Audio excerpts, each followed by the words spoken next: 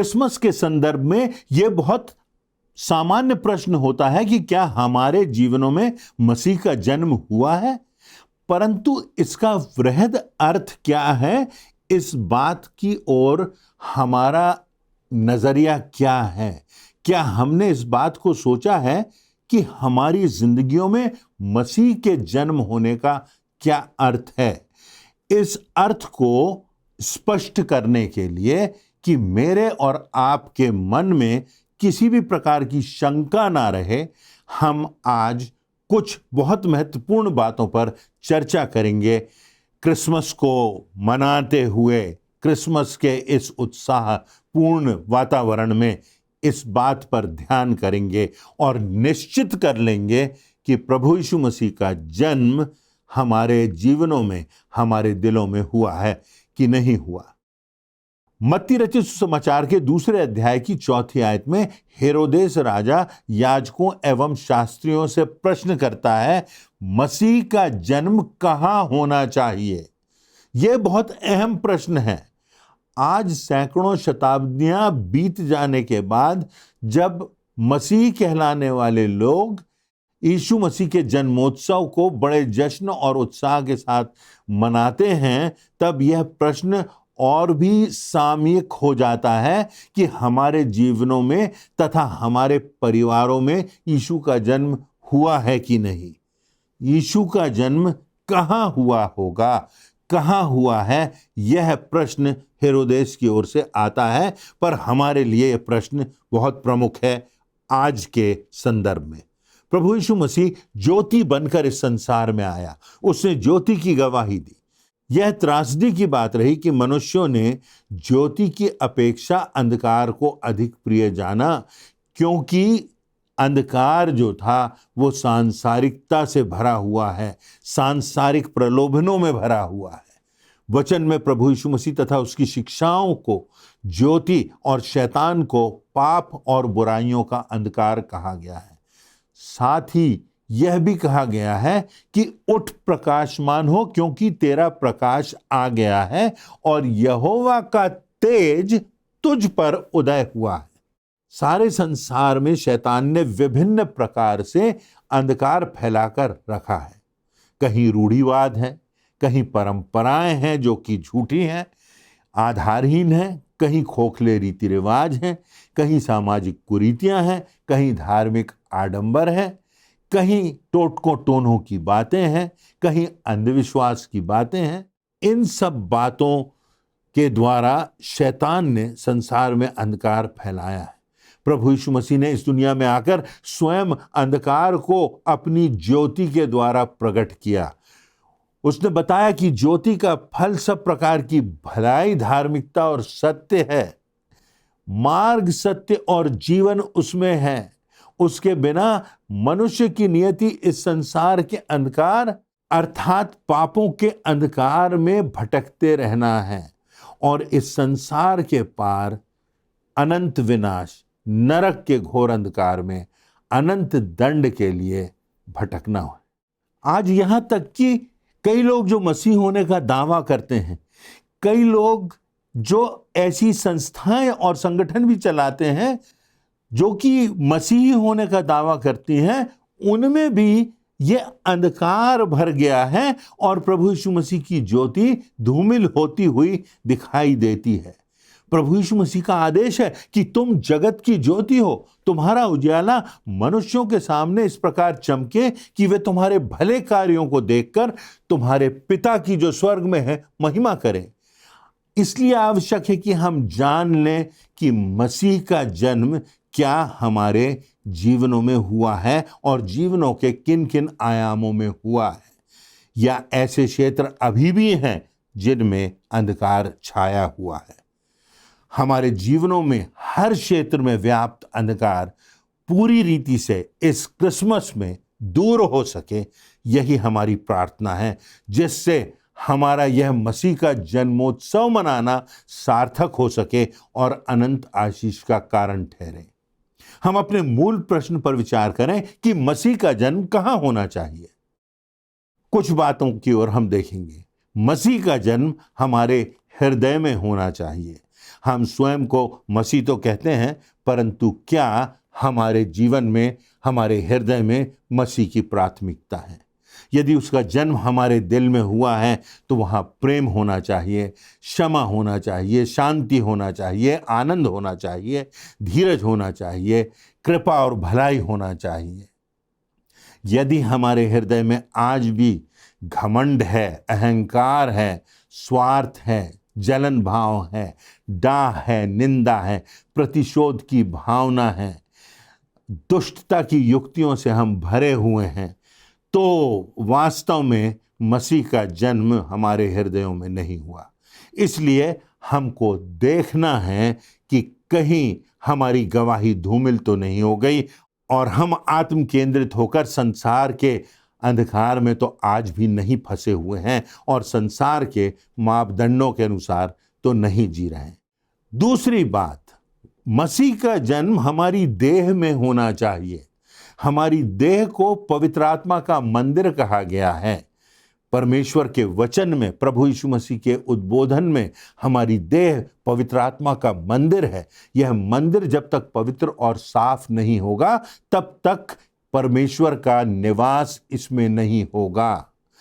जब तक हर एक वर्जित और निषिद्ध वस्तुएं इस शारीरिक जीवन से दूर नहीं होंगी, इस शरीर से दूर नहीं होंगी, तब तक यह कैसे परमेश्वर का मंदिर पवित्र होगा?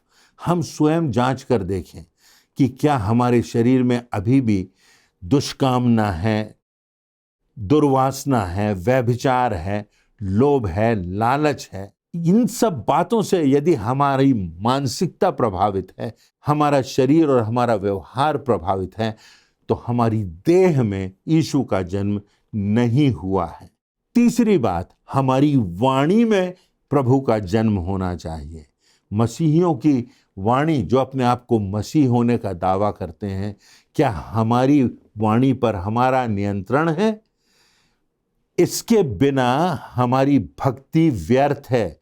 यदि हम अपनी जीभ पर हम नियंत्रण नहीं करते, हमारी जीभ पर पवित्र आत्मा का नियंत्रण नहीं है, तो हमको यह समझना है कि मसीह का जन्म वास्तव में हमारी जिंदगी में नहीं हुआ है। उन 7 बातों का वर्णन है जिनसे यहोवा घृणा करता है, और उनमें एक बात है जो झूठ बोलने वाली जीभ। परमेश्वर झूठ बोलने वाले मनुष्यों से, झूठी साक्शियां देने वालों से और भाई कहलाकर झगड़ा कराने वालों से परमेश्वर घृणा करता है। कितने लोग अपने आप को भाई कहते हैं, परंतु कथनी और करनी में अंतर है।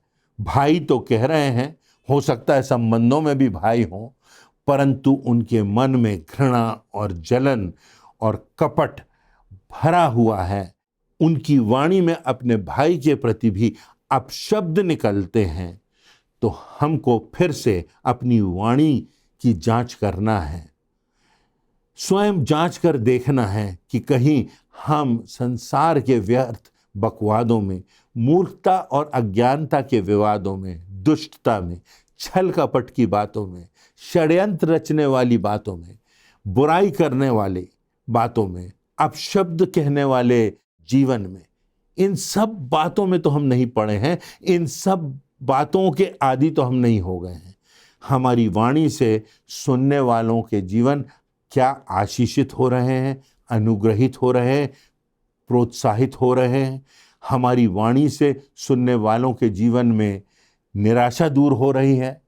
हमारे वाणी से ऐसा प्रतीत होता है जैसे मानो परमेश्वर बातचीत करता है और परमेश्वर हमारी वाणी को अपना माध्यम बनाता है? अगर ऐसा नहीं है तो हमारी जिंदगी में प्रभु यीशु मसीह का जन्म नहीं हुआ।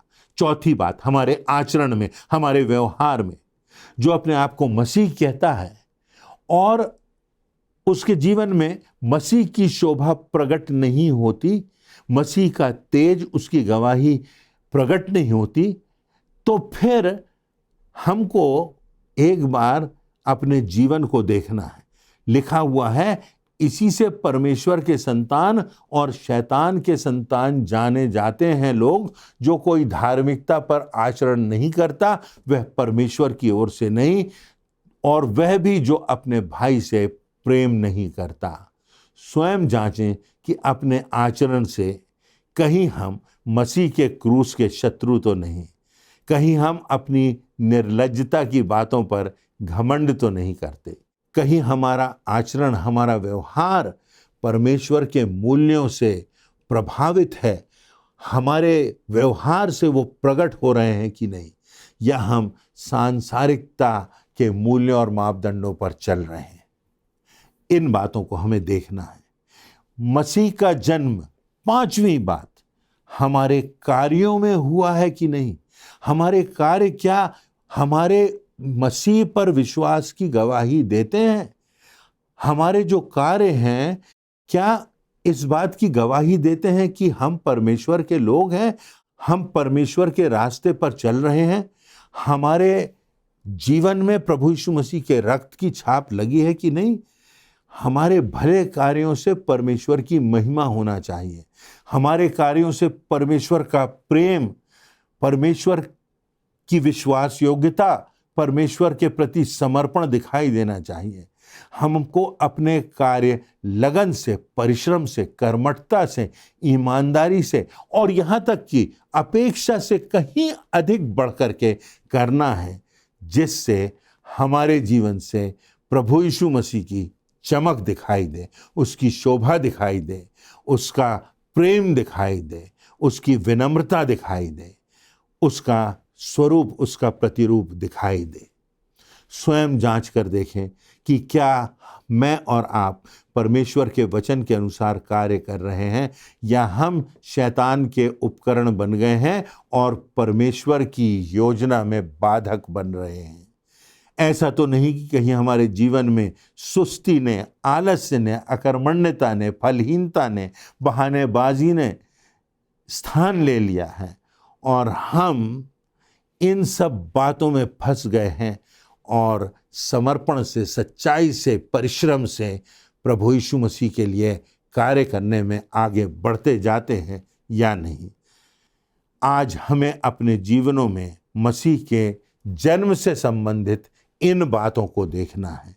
क्या इस क्रिसमस पे हमें इस बात की निश्चितता है कि हमारे दिलों में प्रभु यीशु मसीह का जन्म हुआ है, और अगर हुआ है तो हमारे जीवन में वो परिवर्तन दिखाई देगा, जो परिवर्तन एक पश्चातापी जीवन में दिखाई देता है, जिसमें से प्रभु यीशु मसीह की शोभा प्रकट होती है। हमको यह भी देखना है कि क्या हमारी देह में वो पवित्रता है कि हम कह सकें, कि लोग देख सकें कि हाँ, प्रभु यीशु मसीह का जन्म हमारे जिंदगी में हुआ है। हमारी वाणी में क्या वो पवित्रता है, क्या वो प्रोत्साहन है, क्या वो प्रार्थना है, क्या वो लोगों को सही राह दिखाने की बात है? तब हम जानेंगे कि प्रभु यीशु मसीह का जन्म हमारे हृदय में, हमारे जीवन में, हमारी वाणी में हुआ है। हमारे व्यवहार में क्या ये दिखाई देता है कि प्रभु यीशु मसीह का जन्म हमारी जिंदगी में हुआ है? यदि हुआ है तो हमारे व्यवहार में यह बात दिखाई दे कि लोग देखकर कह सकें कि हम में प्रभु यीशु मसीह की शोभा दिखाई देती है, उसकी क्षमा, उसका प्रेम, उसकी निर्मलता, उसका व्यवहार, उसके व्यवहार की समानता में बढ़ने की सतत कोशिश दिखाई देती है कि नहीं?